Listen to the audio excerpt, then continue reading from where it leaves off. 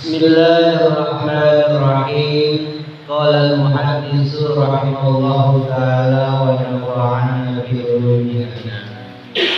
Wa an ibni Abbas radhiyallahu anhuma annahu qala kasbul halali asyaddu min naqlil jabali ila jabali. Wa an ibni Abbas, dan dari putra laki-lakinya Abbas. Berarti siapa? Abdullah. Ini menjadi keturunannya itu khilafah Abbasiyah. Jadi ada Khulafaur Rasyidin, Abu Bakar sampai Hasan, walaupun memerintah selama 8 bulan. Nah, dari Khalifah Rasyidin itu ada yang disebut Khalifah Al-Mawi atau Muawiyah. Yang terkenal khalifahnya adalah Umar bin Abdul Aziz. Nah, dari dia selesai nih namanya kekhalifahan Abbasiyah. Siapa itu Abbasiyah? Itu turunannya dari Abdullah. Abdullah sama Nabi itu sepupu. Abdullah sama Nabi sepupu. Abbas itu pamannya Nabi, kakaknya daripada ayahanda Nabi kita Muhammad Sallallahu Alaihi Wasallam. Nah, zaman Abbasiyah khalifahnya yang terkenal itu adalah Harun Ar-Rasyid yang kita kenal dengan 1001 malam. Dia punya ahli tasawuf yang kocak, itu namanya Abdullah. Masing-masing ada sejarah-sejarah yang radhiyallahu moga-moga Allah ridho anhuma atasnya ya Abdullah dan Abbas. Jadi satu riwayat Abbas ini masuk Islam sebenarnya sebelum Fathul Mekah, tapi karena disembunyikan keislamannya, bagi para pendapat juga itu dia Islam setelah Fathul Mekah. Jadi ada 2 pendapat. Annahu qala, bahwasanya Abdullah berkata, kasbul halali, usaha yang halal, mencari duit yang halal, kerja yang halal, apapun profesinya mencari yang halal. Asyadun, itu berat. Nah, terbukti memang zaman sekarang. Min naqlil jabali ilal jabali, sampai diumpamakan itu seperti memindahkan gunung ke gunung lagi, saking beratnya. Kita memindahkan gunung kira-kira kuat gak? Ya kalau gunung yang di rumah sih kuat. Ya, makanya asyadun itu bahasanya. Asyadun, asal itu isim tabdil, sangat berat. Tuh, nih kan kondisinya sekarang. Kondisinya di akhirnya nyari usaha apapun berat. Yang halal itu berat. Jualan beras supaya misalkan berasnya putih dikasih obat. Coba dah kita lihat putih beras enak ini, nggak taunya pakai paling ikan ya, kasih obat. Kita udah seneng banget nih beli ayam yang jualan-jualan ya kan tuh di pasar, gemuk-gemuk ayamnya, pas sampai rumah berkempes. Dia suntik, coba dah berat.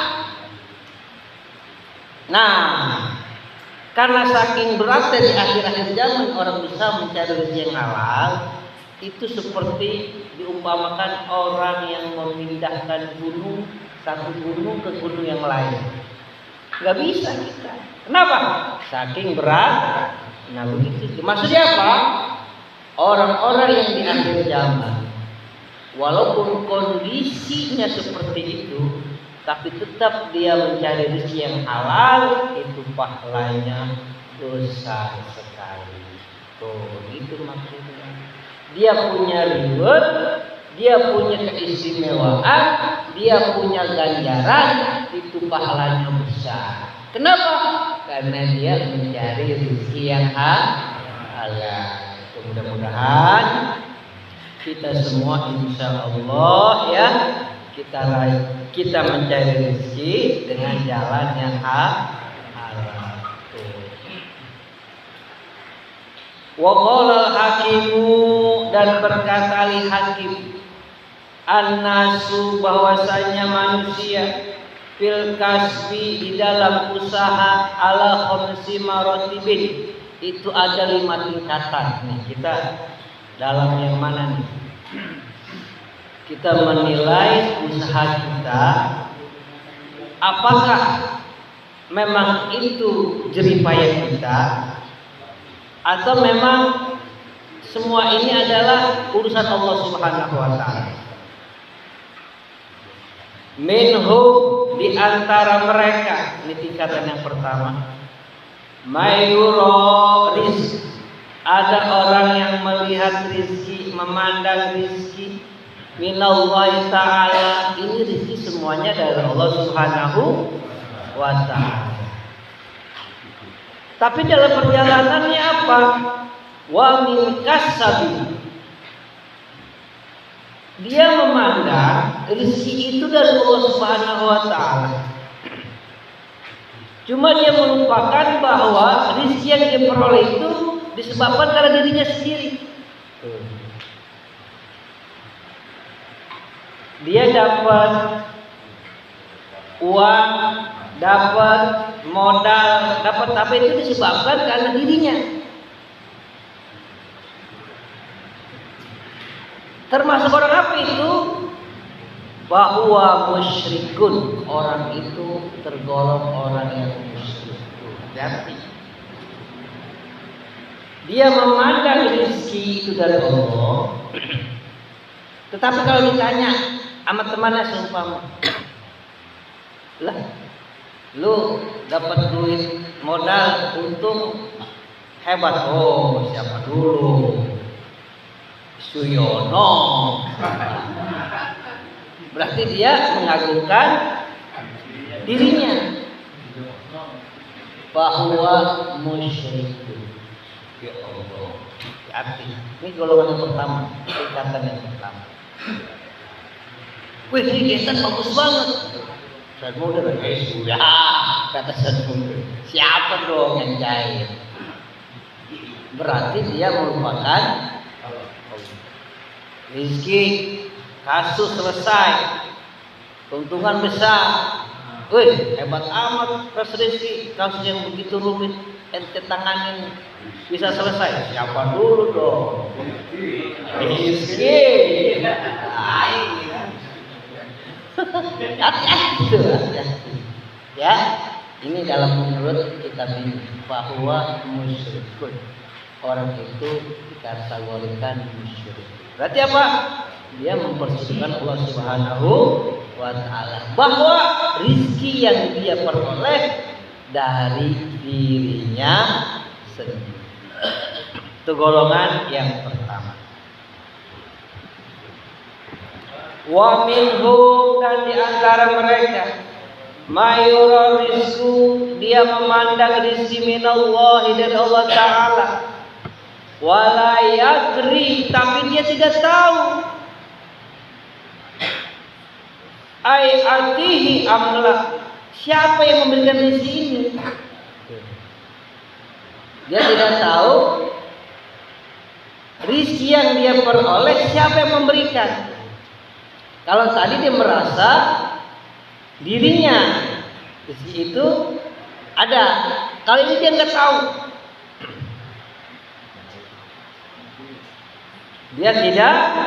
Dia tahu bahwa munafikun, orang itu adalah munafik.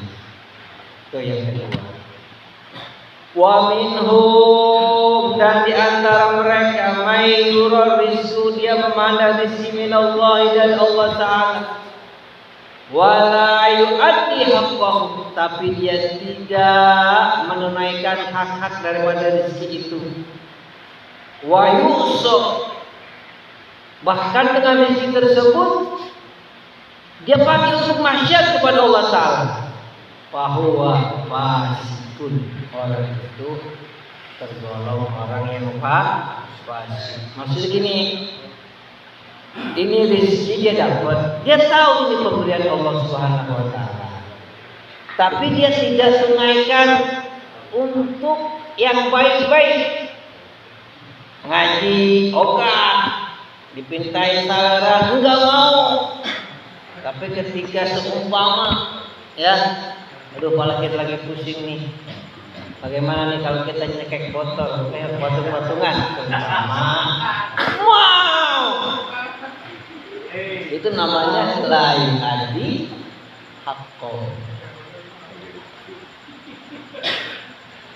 Gak tahu, dia tahu rezeki dari Allah, pengen cepet kaya, dia pengen cepet masang toge atau judul, itu namanya lain adi hakko. Nah, orang yang begitu itu bagaimana? Karena dia wa'yusubullah ta'ala, dia bermaksiat kepada Allah Subhanahu wa ta'ala, bahwa fasikun, orang yang model begitu adalah orang fasik.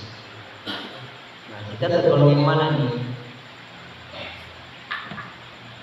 Wa minhum, dan di antara mereka, mayura, dia memandang rizki minallahi ta'ala, dari Allah Ta'ala, wa yurul kasb, dan dia memandang juga hasilnya. Usaha itu sababan, cuma sebab. Maksudnya begini, dia yakin rezeki itu dari Allah Subhanahu wa Ta'ala. Saya usaha ini cuma perintah Allah, cuma menjadi asbab supaya rezeki itu datang. Dia nggak mengandalkan dirinya, tapi dia mengandalkan dirinya itu cuma jadi asbab. Pengen dapat duit, saya harus usaha dong. Gimana caranya? Saya ngurus. Gimana caranya? Saya buka warung. Gimana caranya? Saya jahit. Gimana caranya? Saya buka jasa hukum.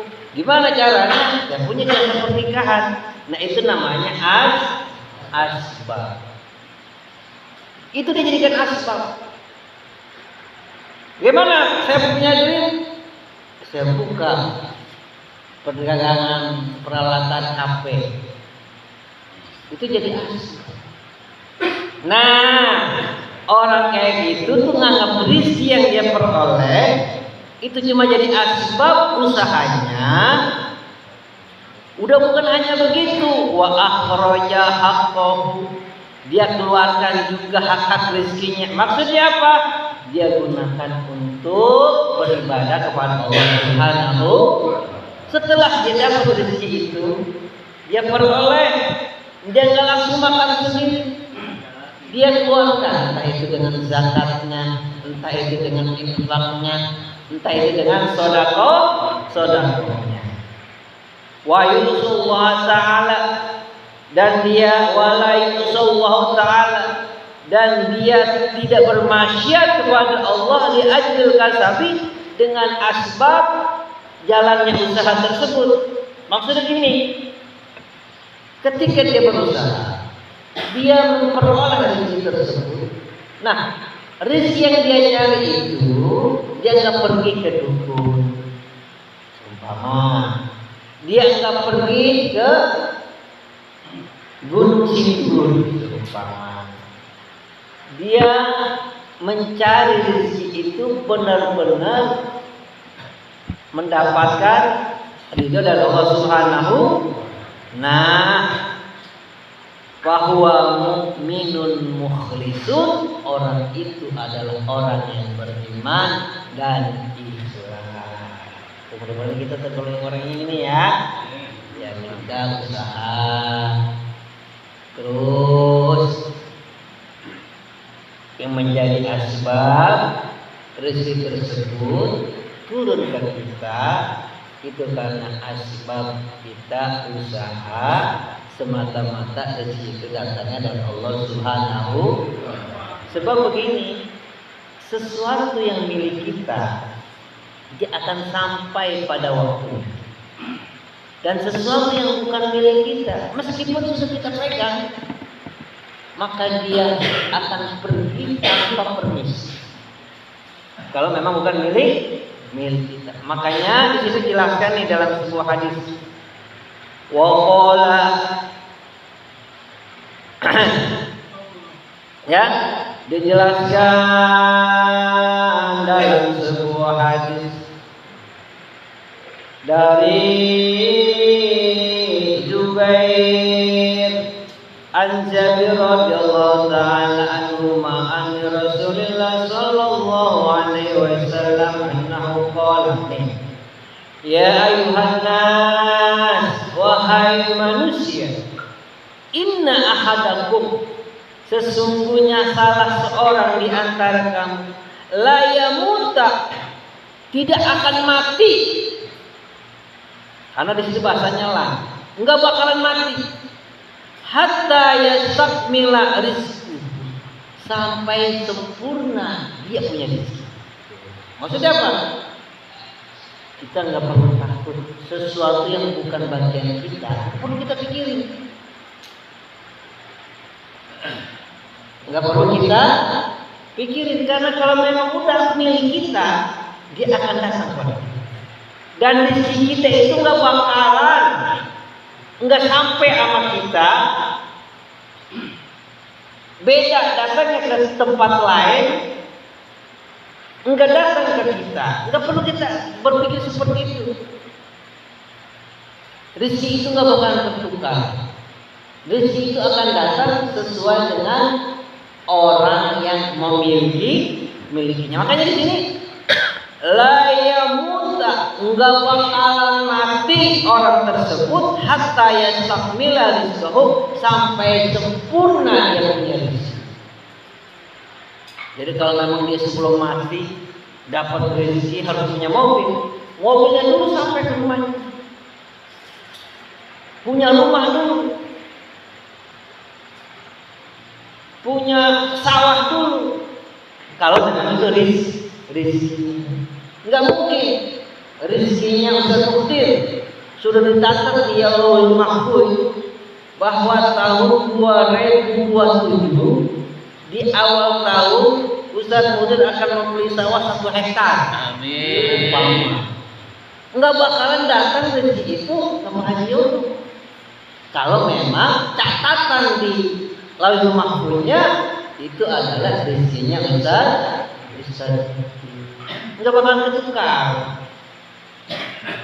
Rezeki itu nggak bakalan dia akan datang kepada pemiliknya. Kalau memang bukan miliknya, dia akan pergi tanpa permisi. Ada aja. Tuh, ya. Mana dia? Silakan. Fala tasabitu, tuh, maka jangan lu pikirin. Jangan lu nggak usah lu pikirin. Ar-rizqa, tentang rizki. Tapi harus bagaimana? Fattakullah, kita bertakwa kepada Allah.